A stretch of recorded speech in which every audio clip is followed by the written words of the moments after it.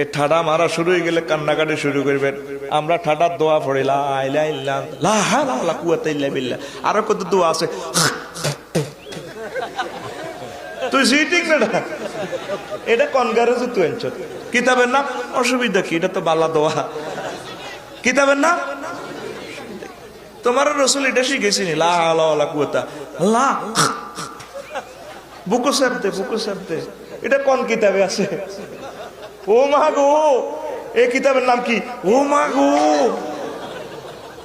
আমরা ছোটবেলা যখন মা রে বলতাম মা হুজুর এটা ভুল করছে, মা বাবা আঙ্কর ডর লাগাইতো, ভিডিও থাপড় ও মা গো আফসারি হুজুর এত বড় আলেম, এটা বুঝে ওটা ভুল করে হুত এটা করছে বদদোয়া দিব। ও মা গো কিতাবের নাম থু বেটা তোর ও মা গো কিতাব বেটা। রাসূল সাল্লাল্লাহু আলাইহি সাল্লাম যেটা বলছে হিডাই আমল, ঠিক না? তাহলে দোয়া এটা মুখস্থ করবেন কিনা?